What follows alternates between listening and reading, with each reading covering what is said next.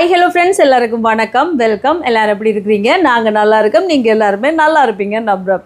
Okay friends, இன்றைக்கு எங்கள்ட வீடியோவில் என்ன பார்க்க போகிறீங்கன்னு சொன்னால், இன்றைக்கு எங்கள்ட இரவு சாப்பாடு தான். இன்றைக்கு வந்து சூப்பரான எங்கள்ட யாழ்ப்பாணத்து தோசையும் சுட்டு, அதோடு வந்து பார்த்திங்கன்னு சொன்னால் நெத்தலி மீனில் குழம்பு வச்சு சாப்பிட போகிறேன். முருக்கங்காய் ஒன்று இருக்குது, அதில் உருளைக்கிழங்கு போட்டு செம்மையாரும் குழம்பு வச்சு சாப்பிட போகிறோம். டெய்லி வந்து பார்த்திங்கன்னு சொன்னால் இந்த யாழ்ப்பாண தோசைக்கு சம்பல் அடித்து சாப்பிட நல்லா இருக்கும், சாம்பார் வச்சு சாப்பிடவும் நல்லா இருக்கும். அதே நேரம் இந்த மீன் குழம்பு வச்சு ஊற்றி சாப்பிட்டு பாருங்க, செம்மையாக இருக்கும். இப்போ வாங்க செய்யலாம். அதுக்கு முன்னாடி நீங்கள் இப்போ தான் ஃபஸ்ட் டைம் எங்கள் சேனலை பார்க்குறீங்கன்னு சொன்னால், அப்போ மறக்காமல் சோபா சோஸை சப்ஸ்கிரைப் பண்ணுங்கள். அப்படியே பக்கத்தில் இருக்க பெல் சிம்லையும் கிளிக் பண்ணுங்கள். அதே நேரம் உங்கள் யாருக்கெல்லாம் சோபா சோஸில் இருக்கிற கூனி சம்பல், மாசி சம்பல், நெத்தலி சம்பல், கறித்தூள், முட்டமா, அரைச்ச கறித்தூள், கோப்பித்தூள், சரக்குத்தூள், உளுத்தமா இதெல்லாம் தேவையோ மறக்காமல் நாங்கள் ஸ்க்ரீனில் தர நம்பருக்கு வாட்ஸ்அப் பண்ணுங்கள், சரியா? இப்போ வாங்க கடகடண்டு எல்லாத்தையும் செய்யலாம்.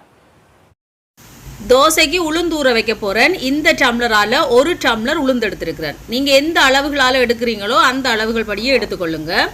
இதோட வந்து பார்த்தீங்கன்னு சொன்னால் ஒரு 2.5 டேபிள் ஸ்பூன் மாதிரி வெந்தயம் சேர்க்குறேன். நான் இந்த கரண்டி எடப்படியாக ஒரு 3-4 தரம் சேர்க்குறேன்.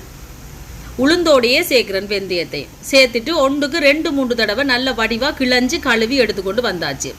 இரவு தான் நான் இதை ஊற வைக்கிறேன், காலையில் தான் நான் இதை அரைக்க போகிறேன்.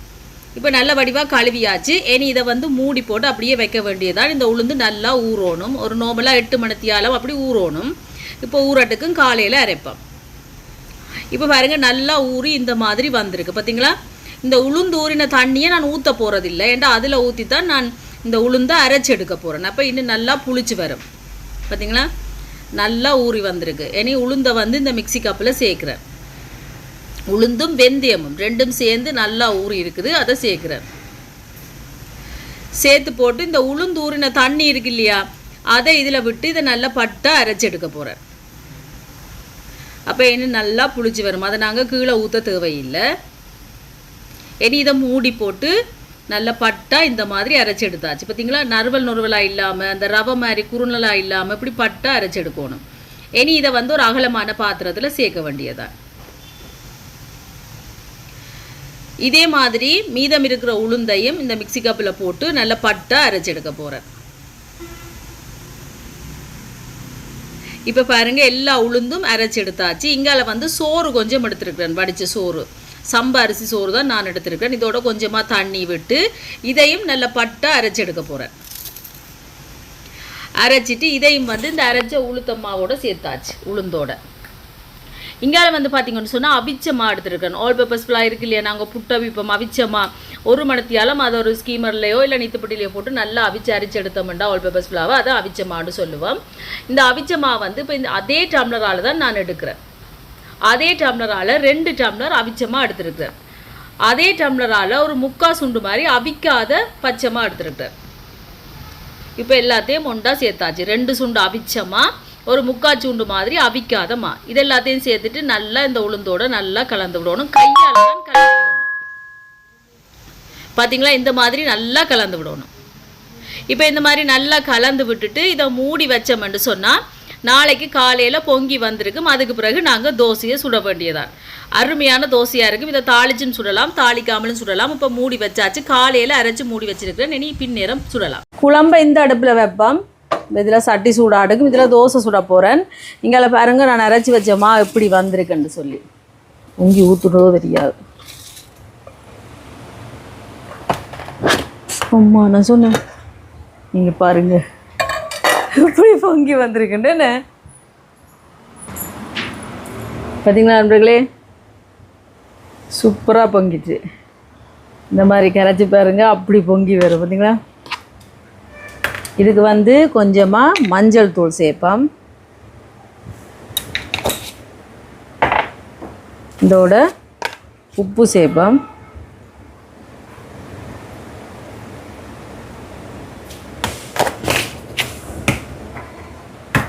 இதுக்கு தாளித்து போட்டும் சுடலாம், தாளிக்காமலும் சுடலாம். கலந்து விடுவோம்.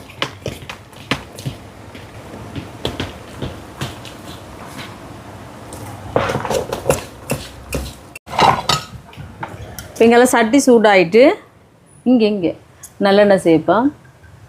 நல்லெண்ணெய் கொஞ்சம் சூடாகட்டும். இப்போ நல்லெண்ணெய் சூடாயிட்டு வெந்தயம்,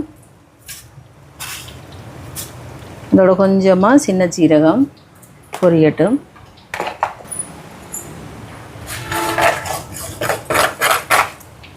இனி இதுக்கு பச்சை மிளகாய், இதோட வெள்ளைப்பூடு, சின்ன வெங்காயம்.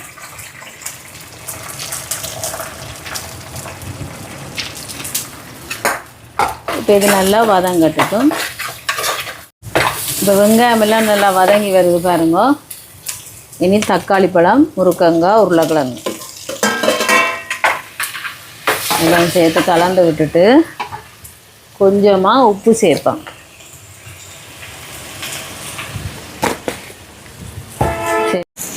கொஞ்சமாக தண்ணி சேர்க்குறேன். இப்போ கலந்து விடுவோம். இந்த முருங்கக்காய், உருளைக்கிழங்கு அவிஞ்சு அப்படியே தக்காளி பழமெல்லாம் வதங்கி வரேன். இங்கே தோசைக்கல் சூடாயிட்டு நல்லெண்ணெய் நல்ல வடிவாக இந்த மாதிரி தேய்ச்சி விடுவோம். இந்த தோசை வந்து நீங்கள் தாளிச்சும் சுடலாம். நான் தாளிக்காமல் தான் நான் சுடுறேன். இப்போ ஏண்டா கறியோடு சாப்பிட்றபடியா.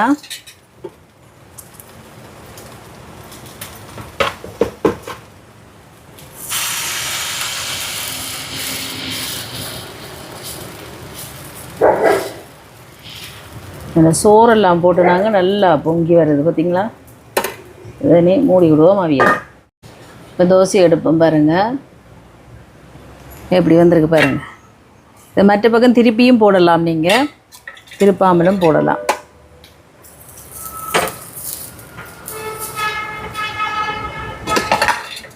அடுத்த தோசை ஊற்றுவோம்.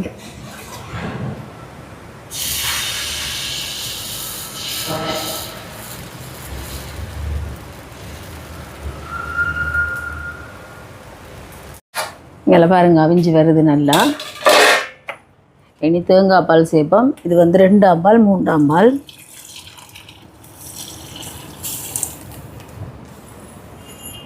இதோட 1ஆம் பால். புளியை ஊற வச்ச நான் புளியை சேர்ப்பேன். நல்லா கரைச்சி எடுத்தாச்சு.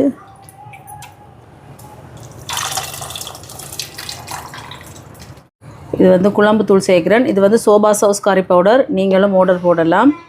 சுத்தமான சுகாதாரமான முறையில் தயாரிக்கப்பட்டது. இது எங்களோட உரைப்புக்கு தேவையான அளவு தான். இதோட உப்பு கொஞ்சம் சேர்ப்போம். இப்போ கலந்து விடுவோம். குழம்பு கொதிச்சு கொண்டு வரைக்க மீனை சேர்க்கலாம். இப்போ சேர்க்க தேவையில்லை, ஏன்னா உடைஞ்சிடும். இங்கே பாருங்கள் தோசையும் சூடுபட்டு கொண்டு இருக்குது. எப்படி வருது பார்த்தீங்களா தோசையை? பூ போல தோசை.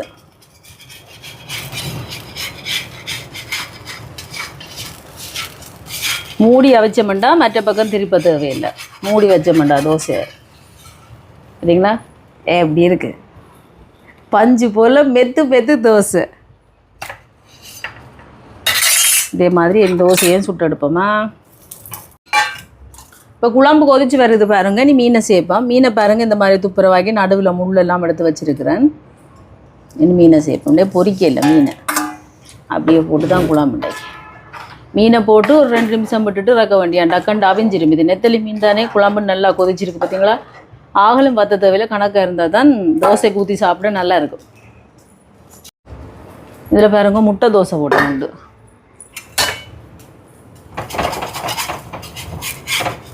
சரிங்களா.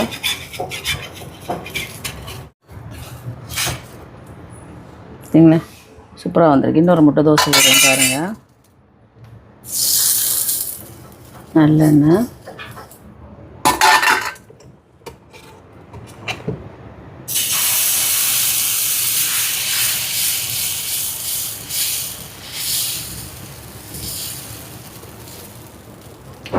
அதுக்கு பிறகு முட்டை,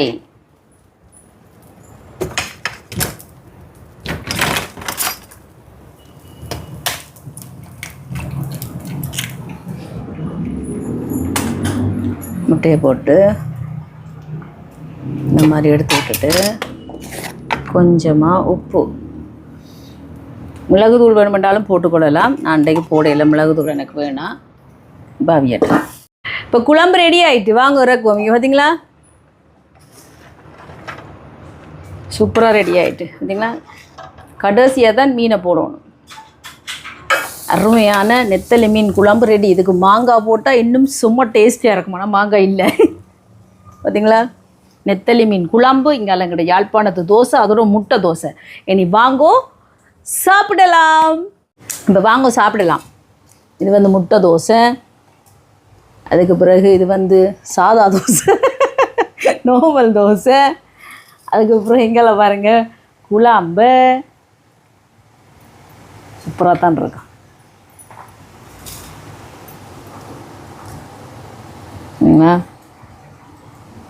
குழம்பு நல்லா தோச்சு இப்படி சாப்பிடணும். ரொம்ப டெய்லி சம்பளோடு சாப்பிடக்கூடாது, இப்படி சாப்பிட்டு பாருங்க நல்லா இருக்கும். மீன் சுடுந்தான் கொதிக்குந்தான்.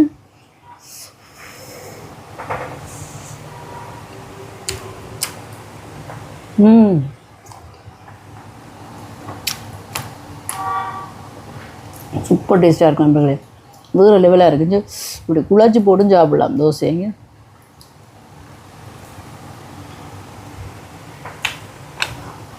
முட்டை தோசை பார்ப்போமா?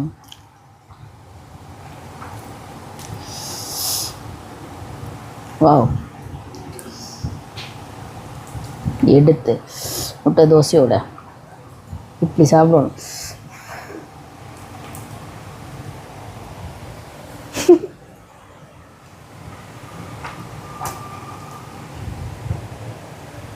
செம்மையாக இருக்குது. முட்டை தோசை சும்மாவே சாப்பிடலாம் நண்பர்களே. இந்த தோசையை தாளித்து போட்டுன்னு சுடலாம், நல்லா இருக்கும்.